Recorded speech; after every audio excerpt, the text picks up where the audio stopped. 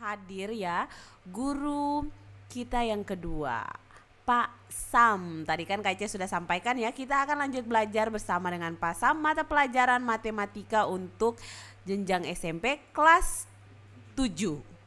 Jadi sahabat cerdas, nah seperti lagu tadi ya, aku bisa. Kalian semua pasti bisa kalau kalian selalu berupaya dan memiliki semangat yang tinggi dan terus mencoba, karena semua orang itu pasti bisa untuk melakukan segala hal ya sahabat cerdas. Dan sekarang sahabat cerdas, kita langsung saja ya mulai pembelajaran kita bersama dengan Pak Sam mata pelajaran matematika yang tadi Kak Ica sudah sampaikan. Jadi untuk kali ini kita akan belajar tentang statistika mengenai penyajian data. Langsung saja kita mulai dengan Pak Sam. Oke, selamat siang sahabat cerdas dimanapun berada. Jumpa lagi bersama saya Pak Sam. Masih tetap dengan mata pelajaran matematika.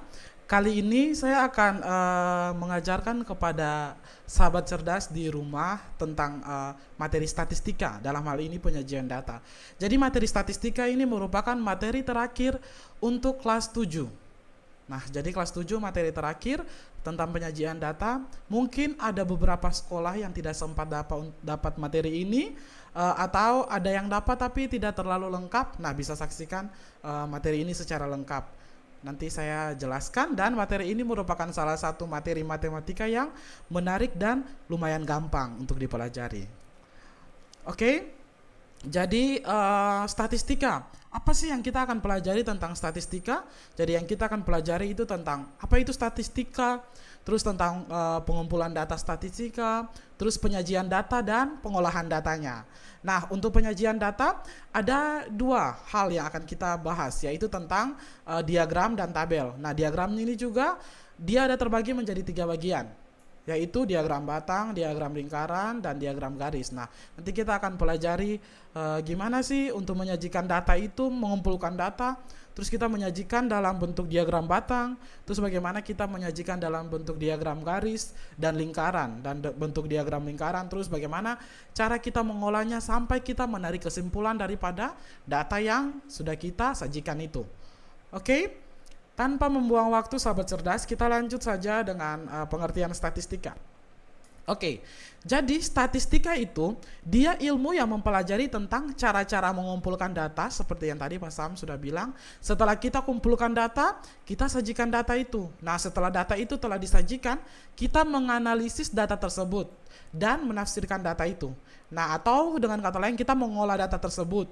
Setelah kita mengolah data tersebut, kita mengambil kesimpulan yang logis berdasarkan hal-hal yang ada di data tersebut. Nah, itu yang disebut dengan statistika.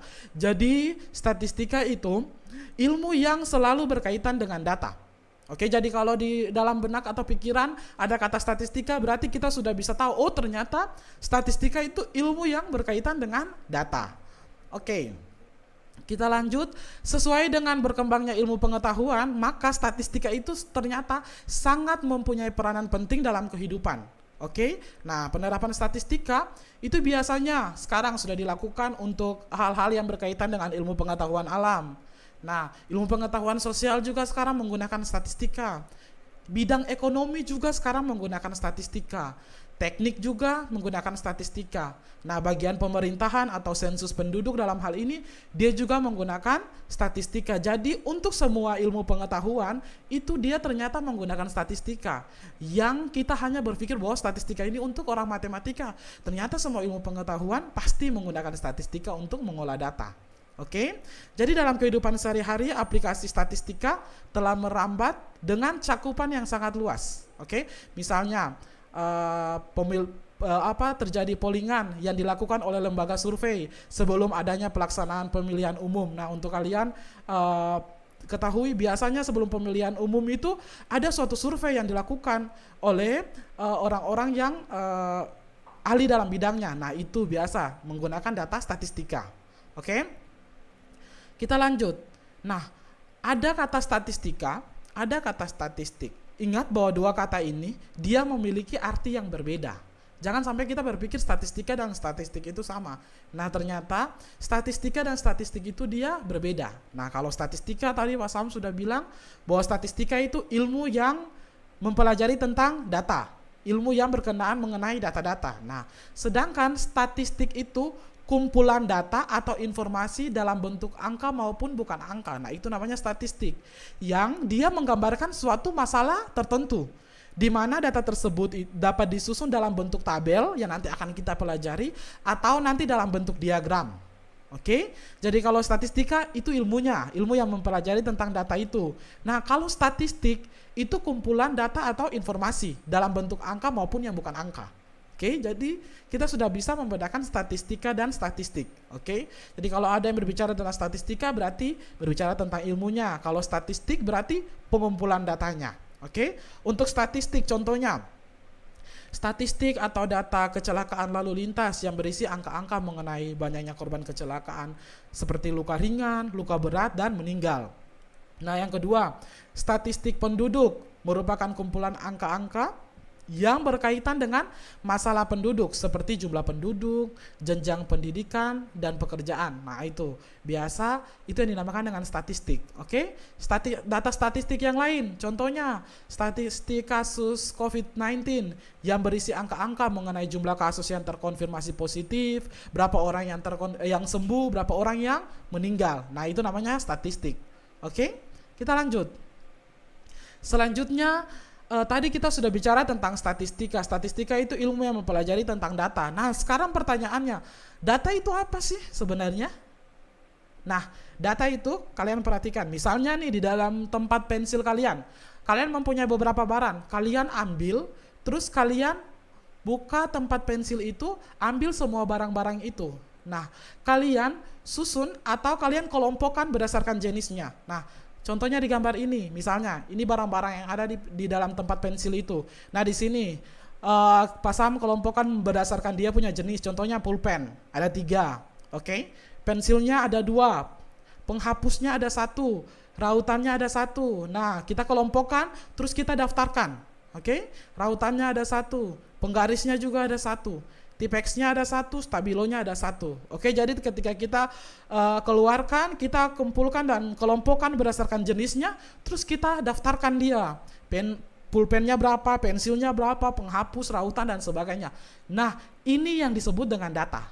Oke, jadi data ini. Jadi kita sudah ambil, kita kelompokkan, lalu kita daftarkan berdasarkan pengelompokan itu. Nah, ini yang namanya data. Oke, itu secara gambaran kepada kita mengenai data. Jadi pengertian data itu kumpulan keterangan atau informasi yang diperlukan seperti yang tadi untuk memecahkan suatu masalah atau mendapatkan gambaran mengenai suatu keadaan. Oke.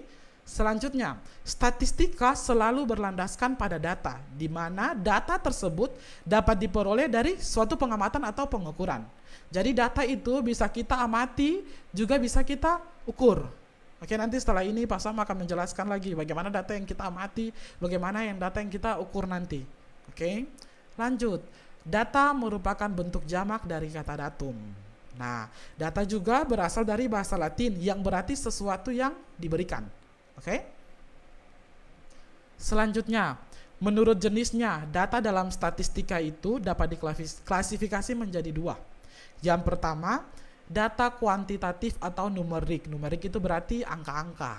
Oke. Yang kedua, data kualitatif atau kategori, berarti yang tidak berhubungan dengan angka-angka.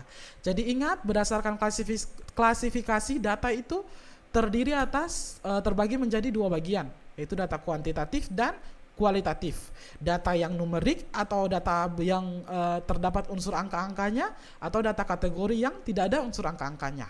Oke. Data kuantitatif, apa itu data kuantitatif? Tadi Pak Sam sudah singgung.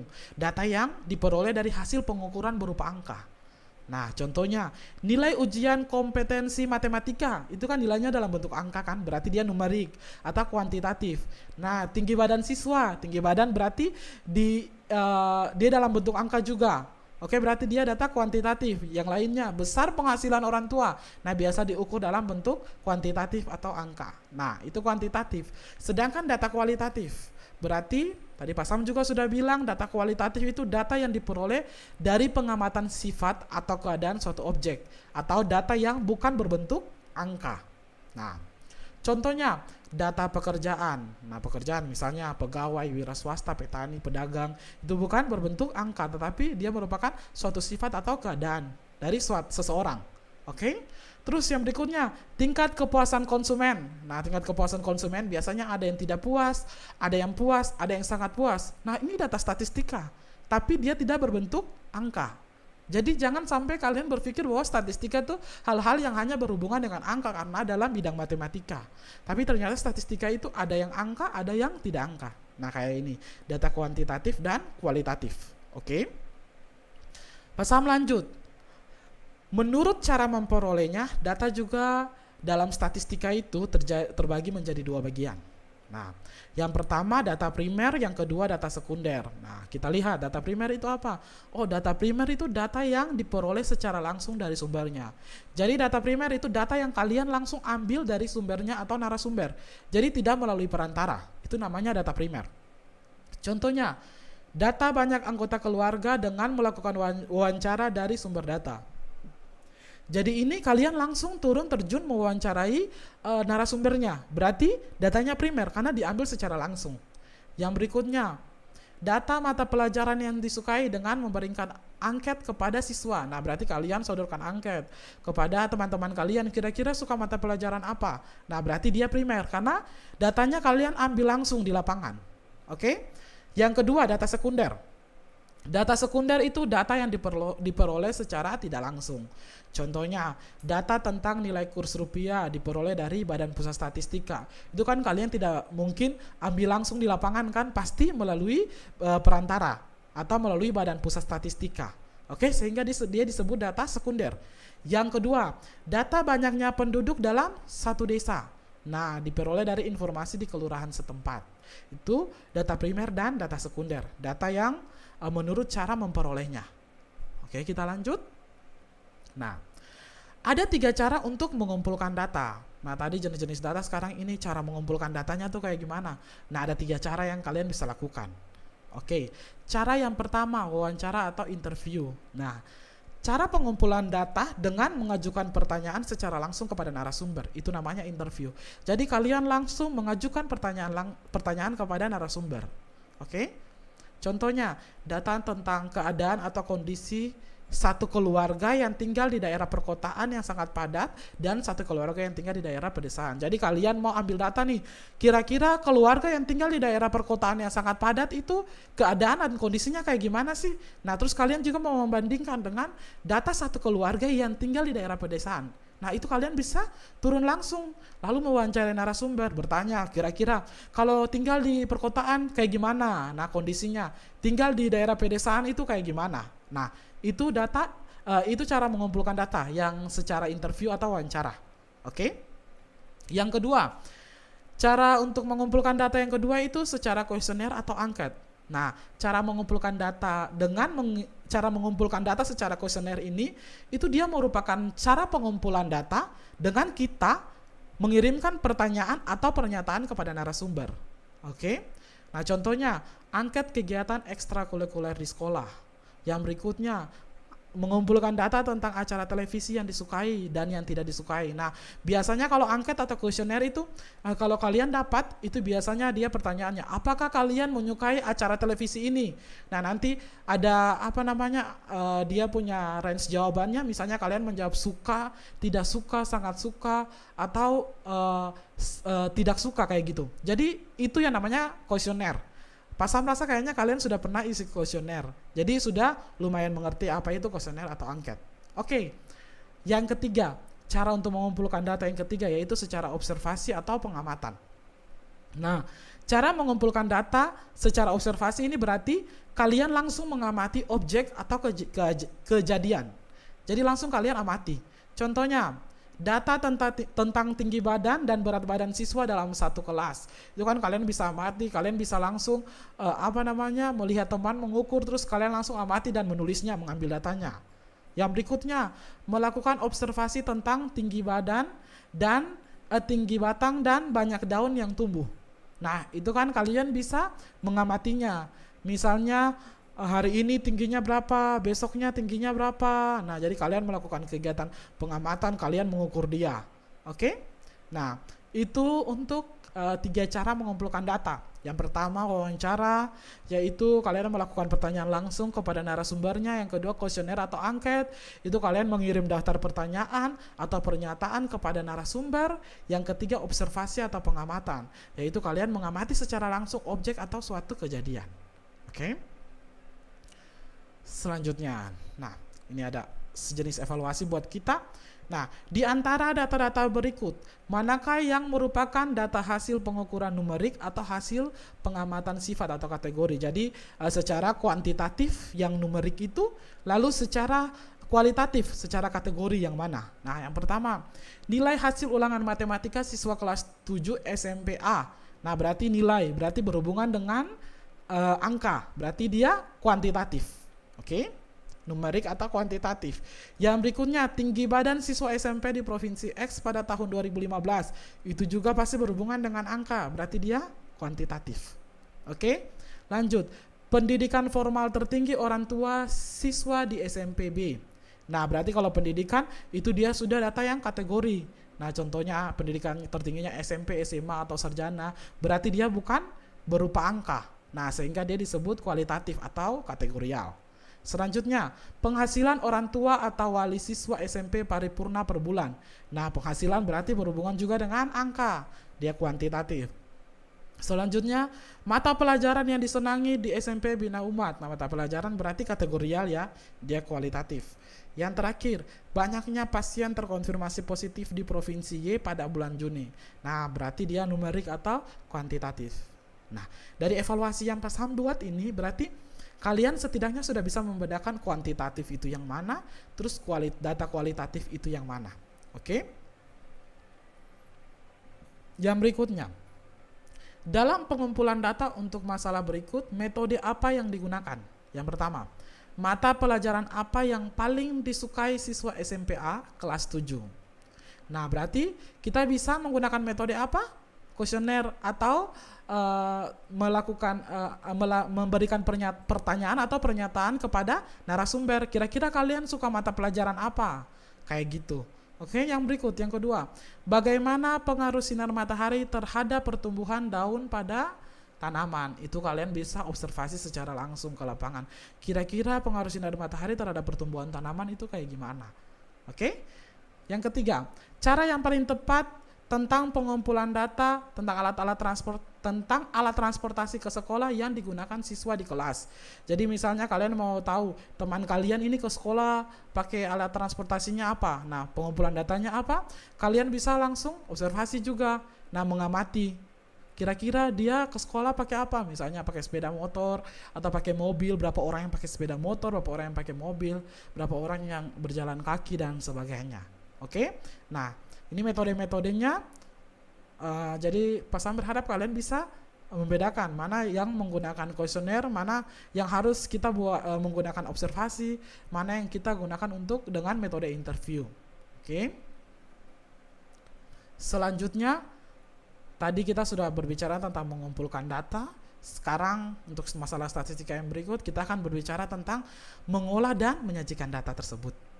Oke. Nah, yang pertama kita bicara ini tentang tabel dulu. Menyajikan data dalam bentuk tabel.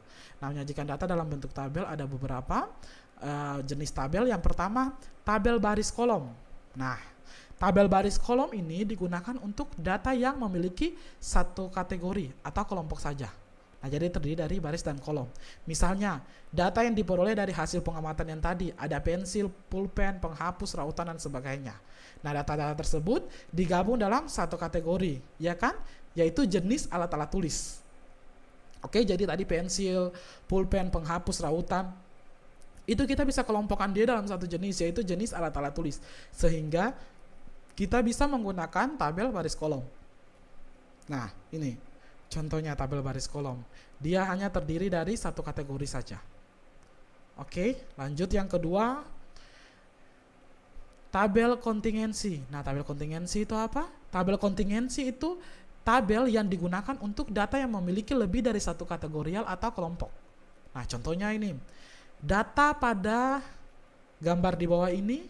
Nah, pada data di bawah ini merupakan data jumlah siswa kelas 7 berdasarkan jenis kelaminnya. Oke. Nah, dia punya dua kategori, yaitu kelas dan jenis kelamin. Ya kan? Kelas 7, jenis kelaminnya laki-laki dan perempuan. Sehingga data yang ini dia disebut kontingensi. Oke? Yang tadi data baris dan kolom soalnya dia hanya satu kategori. Kalau kontingensi berarti dia sudah lebih dari satu kategori. Contoh yang ini dia ada dua kategori, yaitu kelas dan jenis kelamin. Oke? Selanjutnya, yang ketiga, tabel distribusi frekuensi. Nah, kalau untuk tabel yang ketiga ini, dia digunakan untuk pengelompokan dalam satu interval atau selang nilai. Nah, setiap interval itu dia memiliki frekuensi atau banyak data. Contohnya nih, Pak Sam kasih tunjuk. Nah, misalnya, ini nilai ulangan harian matematika siswa kelas 7. Nah, di sini nilai terendah itu 61, nilai tertinggi itu 100. Nah, ini datanya ini mereka menggunakan tabel distribusi frekuensi. Nah, kenapa dia menggunakan tabel distribusi frekuensi? Supaya data yang sebelumnya dia banyak bisa disimpulkan dalam data yang lebih sedikit. Nah, kan di sini ada nilai 61 sampai 100. Kalau kita pakai data tunggal kayak data yang pertama, baris dan kolom, tabel baris dan kolom, berarti dia sangat banyak. Dia sangat banyak barisnya. Nah, tapi kalau distribusi frekuensi yang ini dia sedikit jadinya. Karena kita sudah pakai interval. Contohnya interval dari nilai 61 sampai 70 ada 3 orang. Nah, interval 71 sampai 80 ada 12 orang. Interval 81 sampai dengan 90 ada 10 orang. Interval 91 sampai 100 ada 5 orang. Dan ingat bahwa masing-masing interval ini dia harus sama. Jadi dari 61 sampai 70 itu ada 10, selangnya 10. Nah, 71 sampai 80 dia selangnya juga 10 atau intervalnya 10. 81 sampai 90 juga ada intervalnya 10, terus 91 sampai 100 intervalnya 10. Oke? Jadi, untuk distribusi frekuensi itu data yang kita kelompokkan dalam suatu interval, di mana dia punya intervalnya itu harus sama. Oke? Jadi itu menyangkut tabel. Tadi tabel yang pertama, tabel baris dan kolom. Yang kedua, tabel kontingensi. Nah, yang ketiga, tabel distribusi frekuensi. Jangan lupa ya. Oke, selanjutnya kita mengolah dan menyajikan data dalam bentuk diagram. Tadi sudah dalam bentuk tabel, sekarang bentuk diagram. Nah, diagram yang pertama yang kita gunakan yaitu diagram batang. Oke. Nah, diagram batang biasanya digunakan untuk menggambarkan perkembangan suatu objek dalam kurun waktu tertentu. Jadi diagram batang itu untuk menggambarkan suatu objek, dia punya perkembangannya tapi dalam kurun waktu yang tertentu. Oke. Diagram ini sangat tepat digunakan untuk menyajikan data yang variabelnya berbentuk kategori. Oke, jadi banyak kategori, bagusnya disajikan dalam bentuk diagram batang ini. Terus dapat juga dalam data tahunan. Jadi kalau kalian punya data tahunan tentang suatu pertumbuhan, bisa juga disajikan dalam bentuk diagram batang ini. Oke, selanjutnya dalam diagram batang dibutuhkan sumbu datar yang menyatakan kategori atau waktu. Ingat bahwa yang datar itu dia menyatakan kategori atau waktu. Nah, sedangkan nanti dia punya sumbu tegak itu dia menyatakan nilai datanya. Jangan lupa, jangan sampai kebalik. Kalau sumbu datarnya itu kategori atau waktu, sumbu tegaknya itu nilai datanya.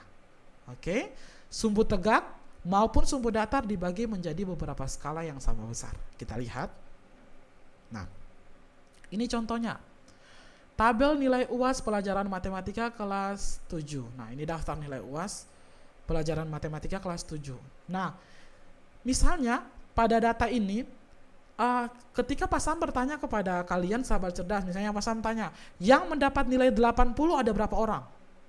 Nah, pasti kalian harus menghitungnya agak lama. Oke? Terus kalau Pak Sam tanya, yang dapat nilai 95 ada berapa orang? Nah, kita agak ribet dalam menghitung dan menyampaikan data ini kepada orang. Oke? Nah, makanya kita bisa gunakan dia dalam bentuk diagram batang supaya lebih bagus dan lebih baik untuk dibaca. Nah, ini diagram batangnya. Ingat tadi Pak Sam bilang bahwa yang berhubungan dengan waktu atau kategori di bawah. Ini kan kategorinya nilai 70, nilai 75, nilai 80 sampai nilai 100 di bagian mendatarnya, terus bagian tegaknya, sumbu tegaknya ini nilai. Oke, nilai datanya. Misalnya yang dapat 70 oh ternyata 3 orang dari data ini. Ini kan lebih gampang kalau kita menggunakan diagram batang. Nah, yang dapat nilai 75, oh ternyata ada 6 orang. Yang dapat nilai 80, ternyata ada 7 orang. Nah, kayak gitu. Dia lebih gampang untuk kita menyampaikan atau mengambil kesimpulan. Oke? Nah, ini contoh yang kedua. Diagram batang biasanya digunakan untuk menyajikan data tentang perkembangan nilai suatu objek dalam kurun waktu tertentu. Tadi Pak Sam kan sudah bilang. Nah, ini contoh yang lainnya. Ini tabel hubungan antara banyak orang dan jenis pekerjaan di suatu wilayah. Oke, misalnya dalam suatu wilayah yang pegawai negeri sipil itu ada 12 orang, yang pegawai swasta itu ada 6 orang, yang TNI atau Polri ada 8 orang, yang BUMN itu ada 6 orang, petani ada 10 orang, nelayan ada 2, pedagang ada 2, dan yang lain-lain ada 4. Nah, jumlah orang yang diambil datanya yaitu 50 orang dalam wilayah tersebut. Oke? Nah, kita bisa sajikan dia dalam bentuk diagram batang seperti gambar di samping ini. Nah, ini kategorinya, terus ini nilai daripada datanya. Kategorinya pegawai negeri sipil, pegawai swasta, TNI. Nah, nilai datanya yang di sebelah sini. Yang ini. Oke? Itu menyangkut diagram batang. Nah, yang berikutnya masih tetap diagram batang. Gambar di samping menunjukkan diagram batang dari data hasil ulangan matematika sekelompok siswa. Nilai berapa yang paling banyak diperoleh siswa? Yang kedua pertanyaannya, jika KKM mata pelajaran matematika 80, berapa banyak siswa yang memerlukan remedial? Oke, kita lihat yang pertama dulu. Nah, nilai berapa yang paling banyak diperoleh siswa? Nah, kalian perhatikan bahwa diagram batang yang persegi panjang ini, yang paling tinggi yang mana? Oh, ternyata yang nilai 58 ini.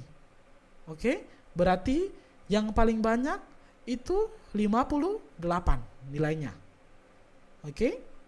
Yang berikut yang B, jika KKM mata pelajaran matematika itu 80, berapa banyak siswa yang memerlukan remedial? KKM 80 berarti nilai di bawah 80 itu pasti siswanya sudah remedial. Oke.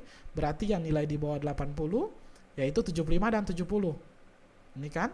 Nah, yang dapat nilai 75 itu ada 5 orang. Ini. Yang dapat nilai 70 ada 3 orang. Ingat bahwa selangnya sama yaitu 22. Nah, berarti 75 ada 5 orang, 70 ada 3 orang, 5 tambah 3 berarti jumlahnya 8 orang. Jadi dalam kelas itu ada 8 orang yang akan melakukan remedial matematika. Oke? Itu cara menyajikan data dan bagaimana kita menarik kesimpulan dari data dalam bentuk diagram batang. Oke? Selanjutnya kita mau mengolah dan menyajikan data dalam bentuk diagram garis. Oke? Yang pertama, diagram garis itu biasanya digunakan untuk menyajikan data yang dia berkesinambungan atau kontinu. Misalnya, jumlah penduduk tiap tahun. Nah, dia berkesinambungan kan? Contohnya, tahun ini tahun 2018 jumlah penduduknya misalnya 15 juta, tahun depan pasti dia ada pertumbuhan atau penurunan. Nah, dia berlaku kontinu gitu. Oke, selanjutnya hasil pertanian tiap tahun, berarti tiap tahun ada dia punya kenaikan dan penurunan. Oke, itu untuk diagram garis. Nah, selanjutnya dalam diagram garis, sumbu yang mendatar itu dia menunjukkan waktu pengamatan. Ingat bahwa sumbu yang mendatar itu waktu, terus sumbu yang tegak itu masih sama seperti diagram batang, yaitu dia menunjukkan nilai daripada data yang kita amati. Oke, sumbu tegak maupun sumbu datar dibagi menjadi beberapa skala yang sama seperti diagram batang. Oke, kita lanjut di contohnya. Nah, ini ada tabel kurs rupiah terhadap dolar Amerika Serikat tahun 2013. Bulan Januari kurs rupiah 9.800. Bulan Februari 9.900. Nah, sampai bulan Desember itu 11.700. Oke. Nah, kita bisa menyajikan dia atau mengolah dia dalam bentuk diagram garis. Nah, cara menyajikannya, yang pertama, kita buat sumbu mendatar untuk data waktu jangan lupa, dan sumbu tegak untuk data kurs rupiahnya. Nah, ini mendatar, yang ini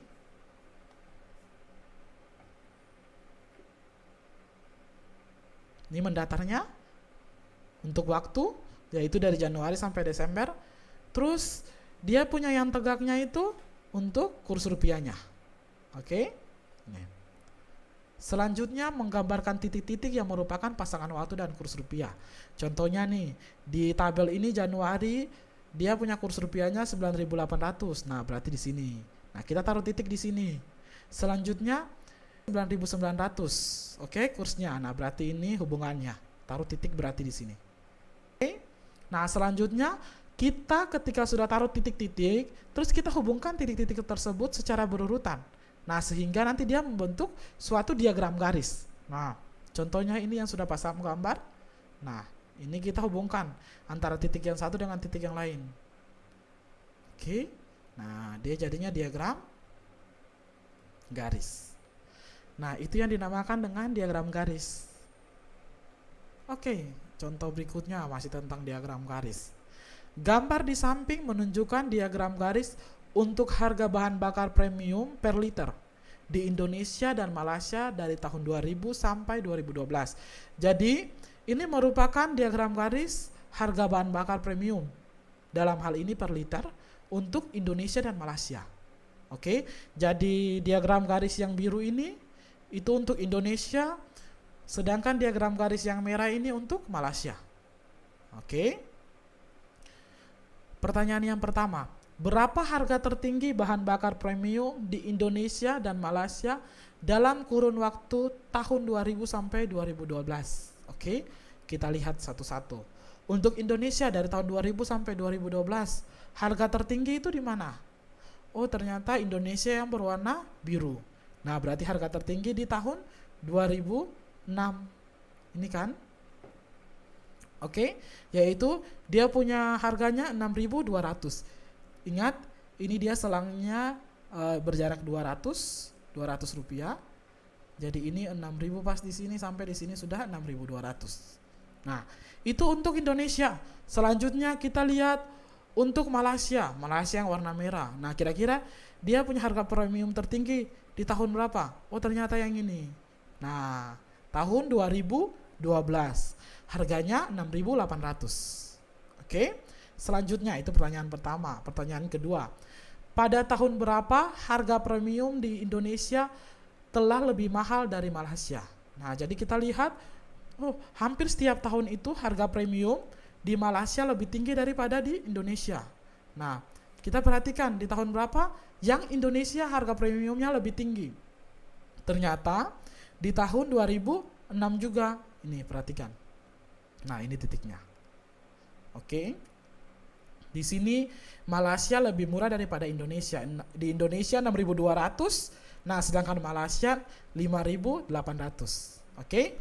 Jadi ketika kalian sudah menyajikan data, nah kalian mengolah lalu menyajikan dia, berarti kalian sudah bisa ambil kesimpulan daripada data tersebut. Nah, ini diagram garis, kita sudah bisa tarik kesimpulan dari jawaban-jawaban yang ini. Oke. Selanjutnya, contoh yang kedua. Daftar berikut adalah data posisi cadangan devisa negara. Dalam hal ini nanti kita bawa dia dalam miliar dolar. Nah, tahun 2006 sampai 2011. Ini data cadangan devisa negara. Terus buatlah diagram garis berdasarkan data tersebut dengan skala pada sumbu tegak adalah satu satuan mewakili 20 miliar. Jadi satu titik atau satu selang itu dia 20 miliar. Oke. Nah, ini dia datanya. Jadi dari pada tahun 2006 itu cadangan devisanya 40,7 miliar dolar AS. Oke, 2006. Ini di sini. Terus pada tahun 2007 dia 54,6. Nah, berarti dia di sini. Nah, 2008 49,2. 2009 60,4 dan seterusnya. Oke. Nah, dari data ini kita Pasam ajarkan kita untuk membaca data atau menarik kesimpulan daripada diagram garis ini. Nah, kesimpulan yang pertama, pergerakan posisi devisa negara dari tahun 2006 sampai 2011 dapat diketahui dengan memperhatikan naik turunnya grafik di samping. Jadi di sini kita bisa lihat 2006 ke 2007 dia naik, 2007 ke 2008 dia turun, 2008 ke 2009 dia naik. Nah, jadi dari diagram garis ini kita bisa lihat tentang turun naiknya devisa negara tersebut. Oke? Selanjutnya, kesimpulan yang kedua. Devisa negara mengalami penurunan pada tahun 2007 sampai 2008. Nah, dari sampai 2008 kalian perhatikan dia turun. Ini ya. Selanjutnya, dia naik kembali sampai 2011. Jadi pada saat 2007 sampai 2008 dia turun. Nah, setelah itu dia naik sampai 2011. 2008 sampai 2009 dia naik. 2009 sampai 2010 dia naik. 2010 sampai 2011 dia naik. Oke, selanjutnya kesimpulan yang terakhir daripada diagram garis ini. Kenaikan paling tajam atau signifikan itu terjadi pada tahun 2009 ke 2010. Kalian bisa perhatikan daripada diagram garis ini. Nah, dia kenaikannya sangat tajam atau signifikan. Oke, jadi itu tadi kita sudah menyajikan dan mengolah data dalam bentuk diagram garis ini. Setelah itu kita sudah menarik kesimpulan supaya lebih gampang. Kalau kita sudah sajikan data dalam diagram, maka kalau kita menarik kesimpulan itu sangat mudah. Oke. Selanjutnya, nah ini penyajian data dalam bentuk diagram yang terakhir, yaitu diagram lingkaran. Oke. Kita menyajikan data dalam bentuk diagram lingkaran. Jadi, diagram lingkaran itu penyajian data dengan menggunakan gambar yang berbentuk lingkaran. Oke. Yang berikutnya, bagian-bagian dari daerah lingkaran menunjukkan bagian-bagian atau presentasi daripada keseluruhannya. Jadi satu lingkaran itu dia merupakan presentasi dari data keseluruhan yang nanti kita peroleh. Oke. Selanjutnya, untuk membuat diagram lingkaran, yang pertama, terlebih dahulu kita tentukan besarnya presentasi tiap objek terhadap keseluruhan data dan besarnya. Oke.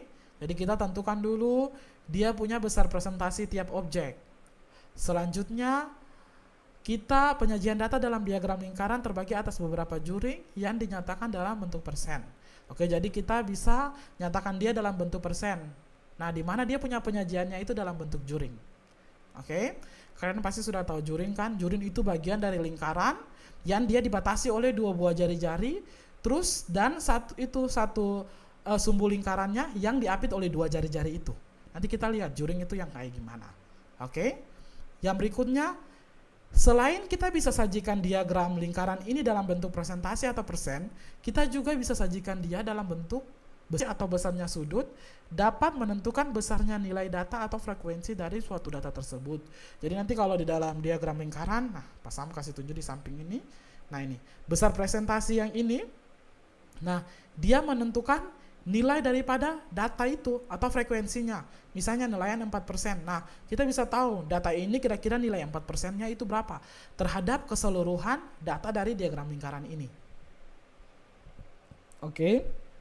Selanjutnya, jika juring dinyatakan dalam persen, maka untuk satu lingkaran penuh pasti dia 100%. Oke. Ini, juring itu yang ini ya. Bagian dari lingkaran yang dibatasi oleh dua jari-jari lalu satu sumbu lingkaran. Oke. Nah, untuk jumlah daripada diagram lingkaran ini dia 100%. Jangan lupa untuk kalau yang presentasinya. Nah, selanjutnya, jika setiap juring dinyatakan dalam derajat, berarti dia punya jumlah satu lingkaran penuh itu 360. Oke, besar sudut daripada lingkaran 360 derajat. Nah, kayak gitu. Nah, ini salah satu contohnya ini. Contohnya jenis pekerjaan, di sini ada pegawai negeri sipil, Pak Sam ambil data yang tadi. Nah, pegawai negeri sipil ada 12 orang. Terus pegawai swasta ada 6 orang. TNI Polri ada 8 orang. BUMN ada 6 orang. Petani ada 10 orang. Nelayan ada 2 orang, pedagang ada 2 orang, terus yang lain-lain ada 4 orang. Oke? Nah, ini dia disajikan dalam bentuk diagram lingkaran dalam persennya. Nah, pertanyaannya, bagaimana tabel data di samping ini kita bisa interpretasi dia dalam bentuk diagram lingkaran ini sehingga dapat persen kayak gini. Nah, kita bukan hanya taruh sembarang aja kan, pasti ada perhitungannya. Oke, caranya mari kita lihat. Nah, contoh nomor 1. Hasil pengumpulan data tentang ukuran sepatu siswa diperoleh dari data sebagai berikut. Nah, ukuran sepatu yang pertama, untuk ukuran sepatu 33 ada 2 siswa. Nah, ukuran sepatu 34 ada 4 siswa. ukuran 35 ada 3 siswa. Ukuran sepatu 36 ada 2 siswa. Sampai ukuran sepatu yang 39 ada 3 siswa. Nah, jumlah semuanya yaitu ada 24 siswa. Oke, jangan lupa ada 24 siswa. Bagaimana kita menginterpretasikan dia dalam bentuk persen supaya bisa ditaruh dalam diagram lingkaran? Nah, ini caranya. Oke, jadi frekuensi atau jumlah daripada siswa itu kita nyatakan dia dalam bentuk F. Nah, untuk mencari presentasi berarti frekuensi kita bagi dengan total frekuensinya. Oke, terus kita kalikan dengan 100%. Nah, nomor 1, ukuran sepatu yang nomornya 33. Ada berapa orang? Ada 2 orang. Nah, berarti 2 dibagi dengan total frekuensi di sini ada 24. Nah, dikalikan dengan 100. Dapatnya 8,33%. Selanjutnya yang kedua, untuk ukuran sepatu 34 ada 4 siswa. Nah, berapa persen berarti? Nah, sama. Untuk frekuensinya 4 dibagi dengan total frekuensinya 24. Yang ini terus kita kalikan dengan 100%. Dapatnya 16,67%. Oke. Selanjutnya yang ketiga, untuk ukuran sepatu 35 ada 3 orang. Nah, berarti 3 jumlah frekuensinya 3 dibagi dengan total frekuensi 24 kali dengan 100%, dapatnya 12,50%, dan seterusnya. Sehingga ketika kita jumlah semua ini, dia punya persenannya ini, dia harus berjumlah 100%.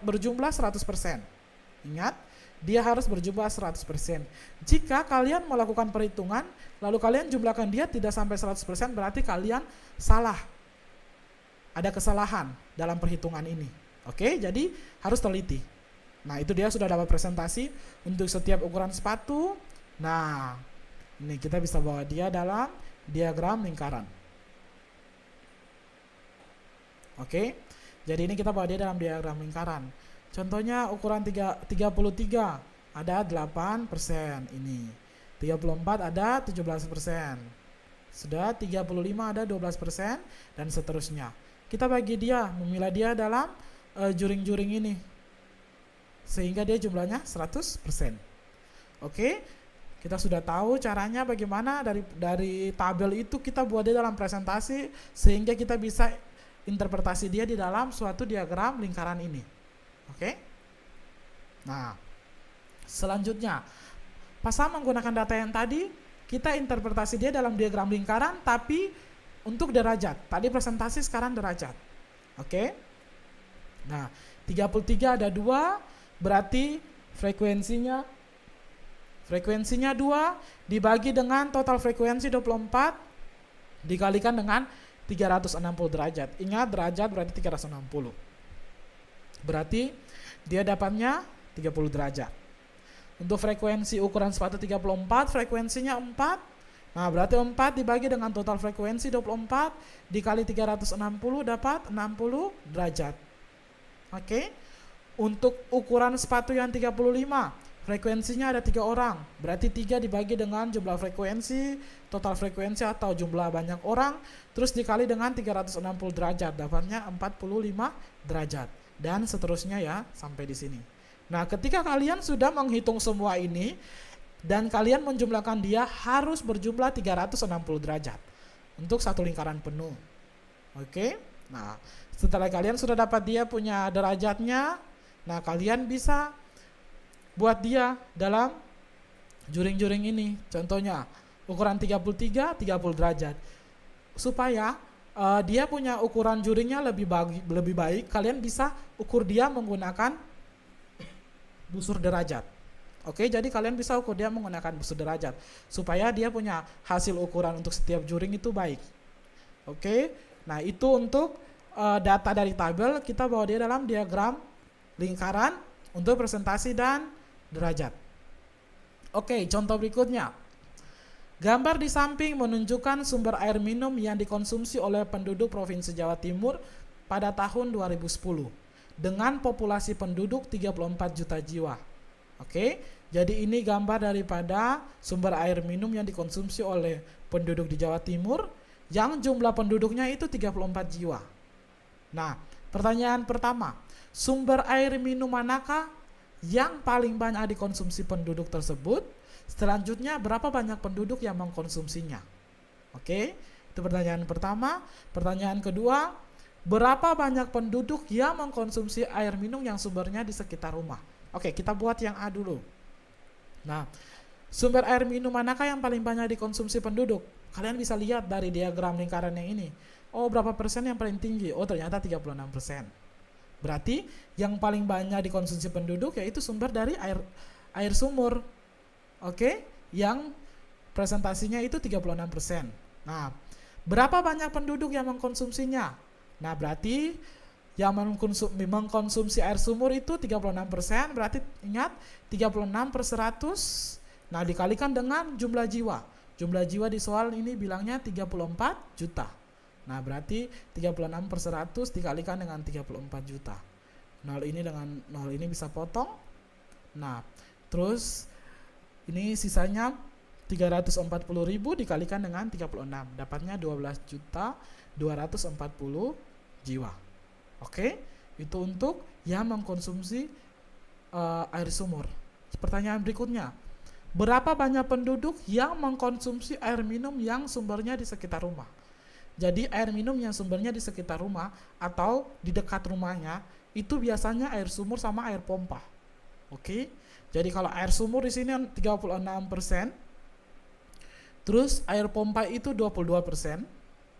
Nah, berarti jumlah banyak penduduk yang mengkonsumsi keduanya itu berapa? Berarti kita buat 36 tambah 22%. Nah, lalu dikalikan dengan jumlah penduduk itu yaitu 34 jiwa.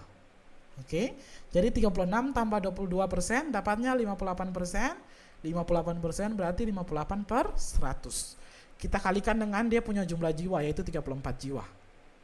Nah, jadi nanti dapatnya ini dipotong, sisanya 340.000 dikalikan 58, dapatnya 19.720 jiwa.